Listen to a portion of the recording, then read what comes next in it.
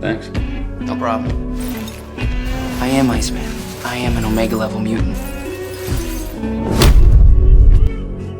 My ability to control temperature has no limits. I can rapidly drop the surrounding temperature. I can freeze the moisture in the air on the spot. I can shape it into ice walls, ice blades, or ice projectiles. In battle, I cover myself with a layer of ice armor. It boosts my defense. I can even transform into a living form of organic ice. It may look no different from regular ice, but in this state, physical damage barely matters. Even if I am shattered, I can rebuild myself with the water around me or within me. That makes me nearly immortal. People sometimes compare me with Pyro. They think fire can melt ice. On the surface, it looks like he is stronger. But when he plays with fire to impress girls, I can freeze his flames from a distance.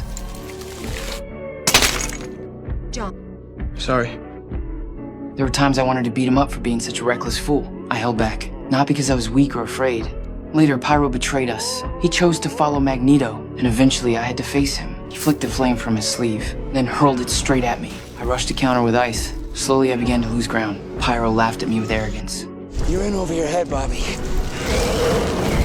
I need you to go back to school. This time, I chose not to hold back. I turned my whole body into ice. I grabbed Pyro by both hands. His hands froze instantly, and he stared at me in shock. You never should have left.